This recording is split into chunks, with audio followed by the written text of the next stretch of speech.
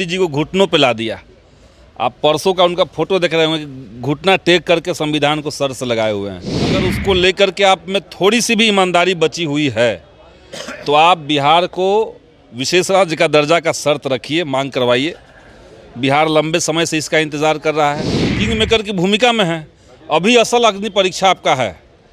आप विशेष राज्य का दर्जा मांग लेके आते हैं कि नहीं, पटना यूनिवर्सिटी को केंद्रीय विश्वविद्यालय बनाते हैं कि नहीं, अग्निवीर योजना समाप्त करते हैं कि नहीं। हम लोग को जितना चाहिए था उतना नहीं मिला, लेकिन हाँ, बीजेपी के एनडीए के वोटों में ज़बरदस्त गिरावट आया।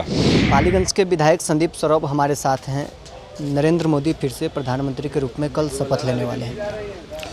शपथ लेवे, लेकिन जो एक तानाशाही रुख बना के रखे हुए थे, किसी का नहीं सुनेंगे, संविधान ख़त्म कर देंगे। ये देश की जनता है जिसने मोदी जी को घुटनों पे ला दिया। आप परसों का उनका फोटो देख रहे होंगे, घुटना टेक करके संविधान को सर से लगाए हुए हैं।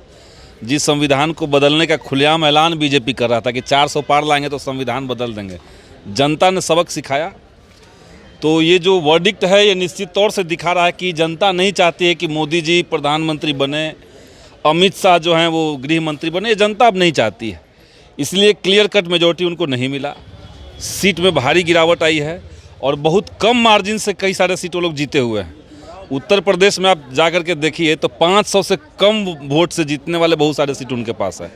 अगर वहाँ पे कुछ हो जाता, और ये तब हुआ जब चुनाव आयोग, मीडिया, इलेक्टोरल बॉन्ड का पैसा ये सब बीजेपी लगा दी थी चुनाव में, तो जनता तो वर्डिक्ट नहीं दी है। लेकिन अगर वो बना भी रहे हैं और हमारे माननीय मुख्यमंत्री जी उनके समर्थन में गए हैं, मुख्यमंत्री जी को हम याद दिलाना चाहते हैं कि जो मुद्दा आप लगातार उठाते रहें, अगर उसको लेकर के आप में थोड़ी सी भी ईमानदारी बची हुई है तो आप बिहार को विशेष राज्य का दर्जा का शर्त रखिए, मांग करवाइए। बिहार लंबे समय से इसका इंतज़ार कर रहा है। आपने मांग रखा था कि पटना विश्वविद्यालय को केंद्रीय विश्वविद्यालय का दर्जा दो, अभी मांग रखिए आप। जातीय गणना पूरे देश के अंदर होनी चाहिए, तो आप मांग रखिए। ये 3 मांगे जो है, ये अगर बिना मांगने सरकार बन जाती है तो मुख्यमंत्री जी का इससे बड़ा अपमान और कुछ नहीं हो सकता है। वो मांगे और मान लेकर के आए।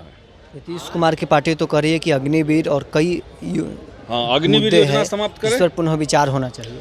पुनर्विचार क्या, खत्म होना चाहिए अग्निवीर को। नीतीश कुमार जी के अंदर अब वो किंग मेकर की भूमिका में है।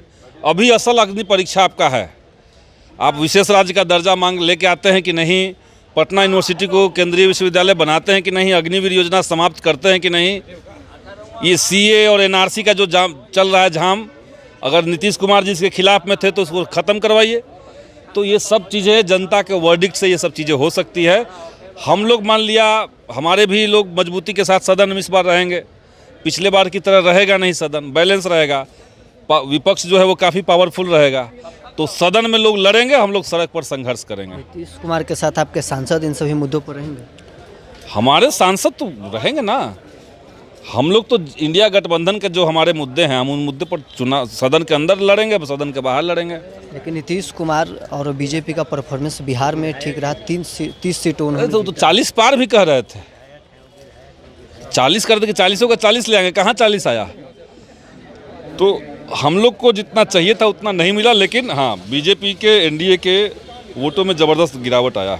नालंदा से आप चुनाव लड़ रहे थे, क्या लगा, किन कारणों से आप लोग वहाँ हार गए? अब देखिए, नालंदा जो है उसमें 7 विधानसभा उसके अंदर में है, 6 एनडीए का जीता हुआ था।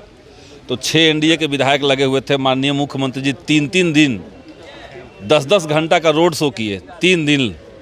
तो सब चीज़ के बावजूद हम लोगों ने अच्छा प्रदर्शन किया। एक डर पैदा था जदयू में, नालंदा के अंदर भी डर हो सकता है, ये हमने दिखाया। जनता का समर्थन मिला, अच्छा रहा। अब हम लोग तो चुनाव लड़ सकते हैं, परिणाम तो अपने हिसाब से नहीं कर सकते हैं। तो परिणाम जो भी आया, लेकिन लड़े बढ़िया से, सब मुद्दा पर लड़े। और उसके लिए हम नालंदा की जनता को, वहाँ के युवाओं को हम धन्यवाद कहते हैं कि इतना भीषण गर्मी में हज़ारों लोग सड़क पर उतर के साथ चलते थे हमारे। तो आपने सुना, हमारे साथ पालीगंज के विधायक संदीप सौरभ थे, जिन्होंने साफ तौर पर कहा है कि भारतीय जनता पार्टी और जेडीयू के लोग हैं जो पिछले बार के मुकाबले बिहार में भी कम सीटें पर आए हैं। पटना से न्यूज़ 4 नेशन के लिए नरोत्तम।